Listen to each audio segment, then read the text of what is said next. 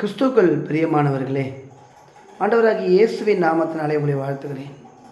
நீதிமொழிகள் எழுதின புஸ்தகம் 12ஆம் அதிகாரம் 21வது வசனம் இப்படியாக சொல்லுகிறது: நீதிமானுக்கு ஒரு கேடும் வராது. நீதிமானுக்கு ஒரு கேடும் வராது. அன்பு தேவ பிள்ளைகளே, ஒருவேளை உங்கள் இருதயத்தில் ஏதாவது ஒரு தயக்கத்தோடு பயத்தோடு இருக்கிறீங்களா? என் சரீரத்தில் ஏற்பட்டுக்கிற இந்த பலவீனம் இந்த வியாதியாக இருக்குமோ, ஒருவேளை இந்த பலவீனமாக இருக்குமோ, இல்லை உங்கள் பிள்ளைகளை குறித்து, உங்கள் மனைவியை குறித்து, கணவனை குறித்து, உங்கள் எதிர்காலங்களை, இல்லை உங்கள் வேலையில் தொழில், ஐயோ யாரும் எனக்கு என் வேலைக்கு இப்படி பண்ணிவிடுவாங்களோ, என் தொழிலுக்கு இவரால் ஏதாவது ஒரு பாதிப்பு வந்துடுமோ, ஏதாவது ஒரு பயத்தோட தயக்கத்தோடு இருக்கிறீங்களா? கவலைப்படாதீங்க. பரிசுத்த வேதாகமம் சொல்லுகிறது, நீதிமானுக்கு ஒரு கேடும் வராது. நீதிமானுக்கு ஒரு கேடும் வராதுங்க. பயப்படாதீங்க. ஒரே ஒரு விஷயந்தாங்க நீ சிந்திச்சு பார்க்கணும்.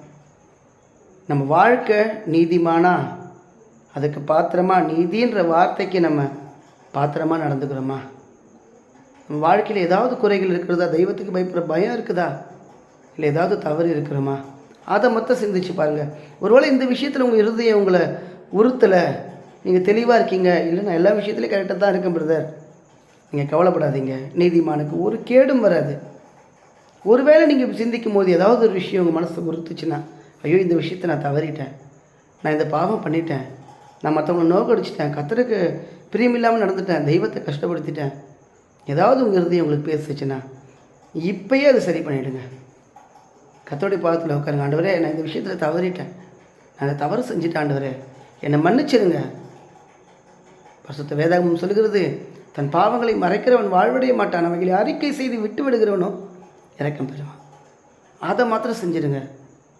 உங்கள் இருதயத்தில் உடனே ஒரு பெரிய சமாதானம் வரும், சந்தோஷம் வரும். கவலைப்படாதீங்க. நீதிமானுக்கு ஒரு கேடும் வராதுங்க.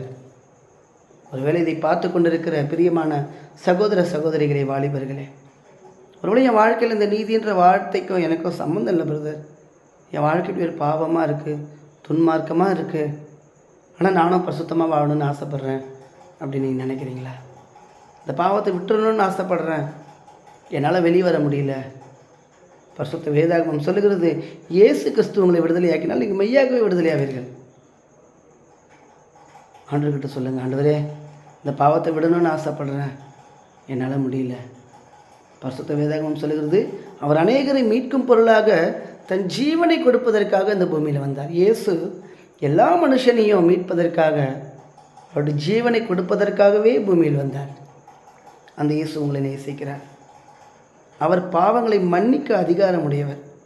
ஏன்னா அவர் உங்களுக்காகவும் எனக்காகவும் சிலுவையில் ரத்தம் சிந்தி மறிச்சாருங்க. அந்த இயேசு கிறிஸ்துவின் ரத்தம் சகல பாவங்களையும் நீக்கி நம்மை சுத்திகரிக்கும். இந்த நேரத்தில் உங்கள் வாழ்க்கையை ஒப்பு கொடுங்க. ஆண்டவரே, என் வாழ்க்கையிலேயே இந்தமாதிரி பாவமான வாழ்க்கையாக இருக்குது, நான் விட்டுறணும்னு வெளியே வரணும்னு ஆசைப்பட்றேன், எனக்கு உதவி செய்யுங்கன்னு ஜெபிங்க.